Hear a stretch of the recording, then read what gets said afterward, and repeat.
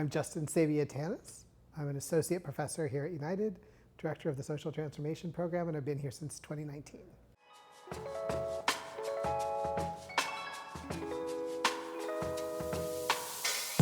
Anti-racism means to me to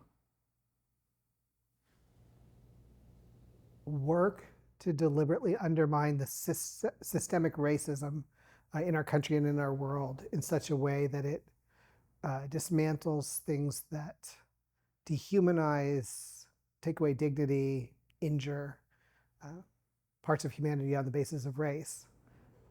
And so to have an anti-racist stance means to be working actively to undercut, undermine those systems to bring about the full flourishing of people of color and everyone.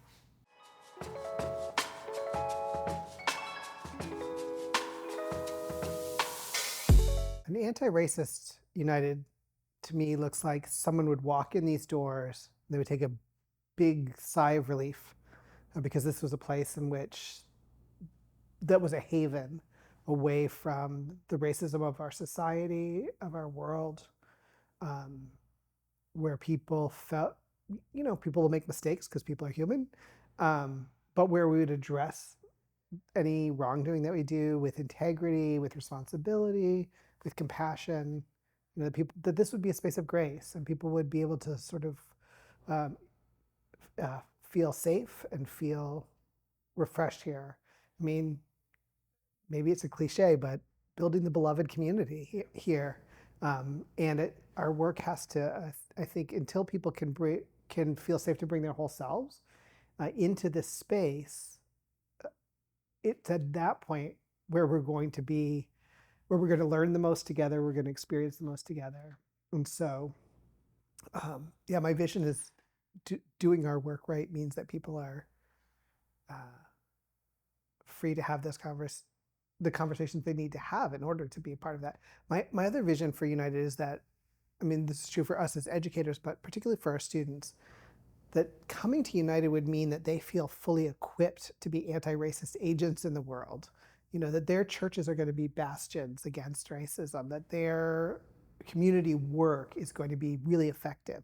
So we've given them the tools that they need, both confidence and humility to go out into a world that has racism and homophobia and transphobia and sexism and all the things that we're fighting against, but they feel like they're committed to and equipped to be leaders in building a different world.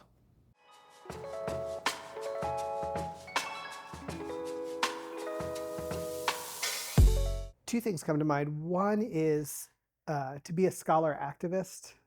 We don't just teach about how to bring about justice in the world, but are actively doing that. And that means going out into the streets when there's been an act of police brutality. It means being involved with our legislature, talking to my city council, and to be active politically about public policy around racism.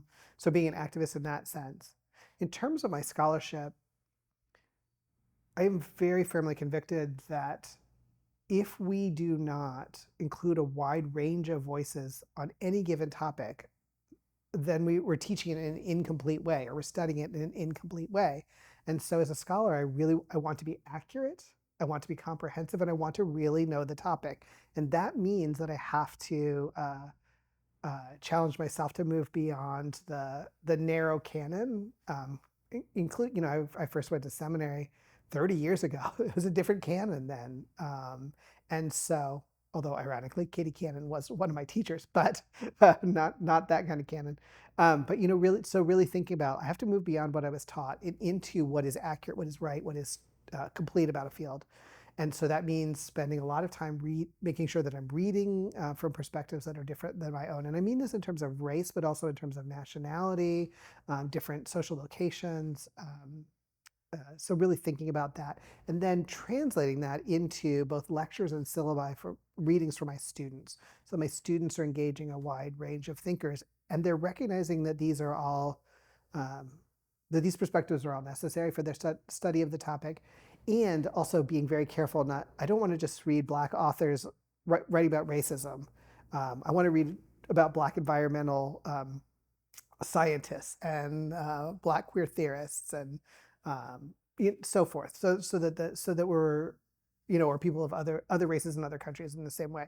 So thinking about like how do I curate this um, really interesting, diverse set of voices about any topic. So I spend a lot of time on my syllabi, weighing and making sure that my syllabus reflects includes women and non-binary folks and um, uh, people of color and other countries and so forth. In a kind of balanced way, and that sort of translates practically sometimes into a lot of chapters instead of necessarily one book, um, but including those voices, and also recognizing that um, because of the racism of the academy and of publishing industries, not all of those voices are privileged in academic journals. So thinking about how do I draw on the academic resources that are there and open myself up, um, for a variety of kinds of people to things that are being produced, that are worth our study and consideration as theologians, as future religious leaders, but may not fit the traditional academic mold or might come from the secular world. Um, and then we bring the theology to those texts. And I think that helps me diversify those materials. And then pedagogically, I also spend a lot of time thinking about how do I ensure that the discussions in my class include diverse voices, and um, how do we balance students' learning needs in the classroom? But that's always an ongoing challenge.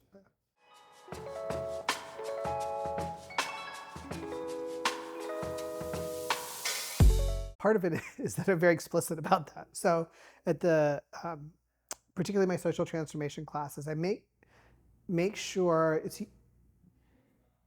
I've kind of settled on like the third week of class because students have gotten to know each other enough that we can introduce a topic that's a difficult topic for many Americans to talk about. Um, but we name explicitly racism, and I talk about how systemic racism shows up and how it really is the undergirding of many other systems of oppression in our society. Um, that if we're going to understand social justice foundationally, we need to see systemic racism, and we need to know how to dismantle that.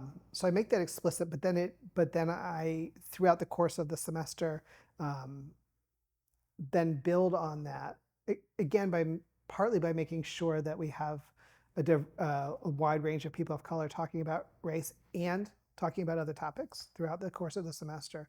But also I'll point out through the case studies that I choose, particularly in like the beginning social transformation classes, I use a lot of case studies to say, here's what the problem is, here's what it looks like, here's what people are doing to solve this problem. And so I then talk explicitly about the ways in which racism shows up in these different case studies. And I also make sure that people of color are both the people of color and white people, the diverse, ethnically diverse people show up as both people experiencing the problem and people coming up with the solutions, so that I'm showing the successful work of people solving problems within their own communities, and I don't inadvertently contribute to the white savior phenomenon, but making sure that I pay attention to that, and I also subscribe to I think people need to. One way we combat racism is by showing people of color who are successfully addressing problems that counter particular stereotypes. Um, Black men as nurturers, Black women as leaders, in ways that might counter people's racist stereotypes, so that the students are getting a meta curriculum. They're getting doing something else with those examples as well. So I name that explicitly. I also in I also do in my other classes almost always have a session that deals very explicitly with race and racism. In more advanced courses, because it's been woven throughout the semester, it's a little later in the semester, and then say like culminating here we see how these dynamics played out, and here are people who are explicitly talking about them. Having sort of built a platform of knowledge for the students to draw on, then to do a racial analysis. It's always an imperfect process when a student says something racist in the class, of thinking like, okay, how do I respond to this in a way that um, uh, provides safe space for the students of color, that allies myself with them, uh, doesn't shame the white student into shutting down, but actually helps guide them into a more productive direction. I've never had something say. I don't think I've ever had anyone say something in class so much so that I, stop every, um, that I really felt like that person needs to leave the room or something like that. But really thinking like how do I productively address these things?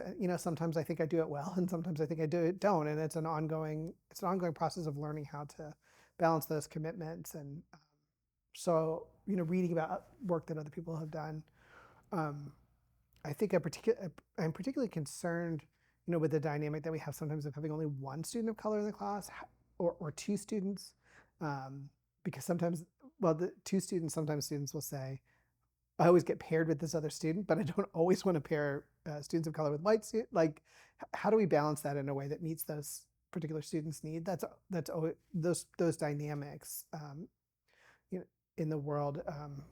Yeah, it's always something I'm learning about and hopefully getting better at, but always still needing to learn.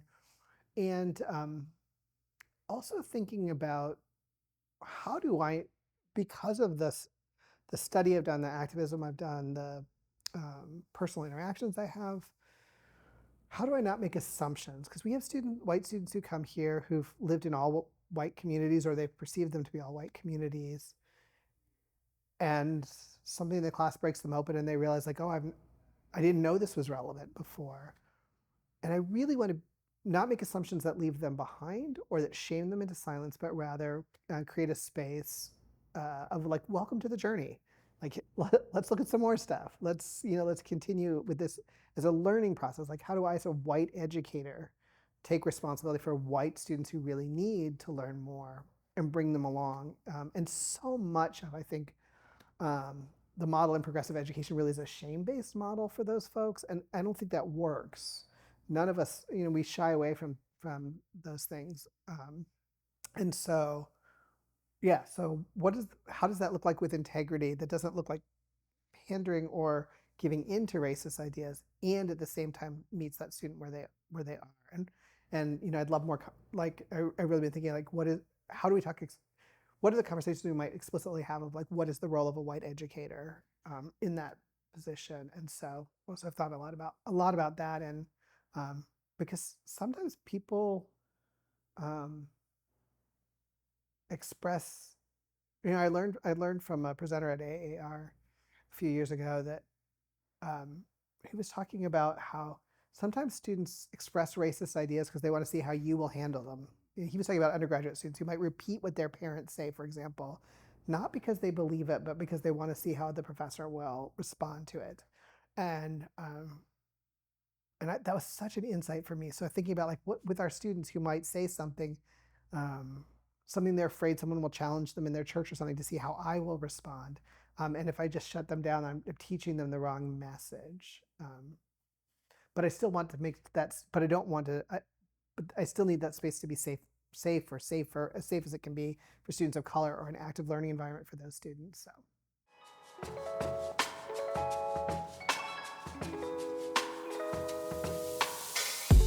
One of the things I love about this faculty is that we have really honest conversations, and we really like each other. And I think we build on that. And so being able to say to someone, I think you're making an assumption here, or what about this? We need to, I think we'll be able to bring leadership to the school to function in those ways when we do it with ourselves first, and then we take that into the classroom. And I think the fact that people will name some of the issues that they're having in their classes and work together to problem solve around that. It takes a level of vulnerability to name what's not working, especially around a topic that white folks have been taught not to talk about. Um, and we do it anyway, and we do it productively. And I feel like I've learned so much from my colleagues of color, but also from other white colleagues, and being able to continue that. So I think the fact that we've named it explicitly as a goal in our teaching, that we work to resource ourselves around that we share things that are working and not working, um, just having that consciousness about it is part of what I value about being a faculty member at United. And I think we need to continue to, obviously it's an ongoing, continual and lifetime work, but I think the way you're approaching some of this education for us um, as faculty, staff, and administration is incredibly helpful. Um, I think in the coming years, really thinking about um, how do we how do we build explicitly anti-racism curriculum, particularly in as we've talked about with students just beginning their seminary career, so they have those tools moving through other courses. And how do we look at the curriculum as a whole and say, is this furthering our message of really equipping students to be anti-racist agents, provocateurs, leaders, healers in the world?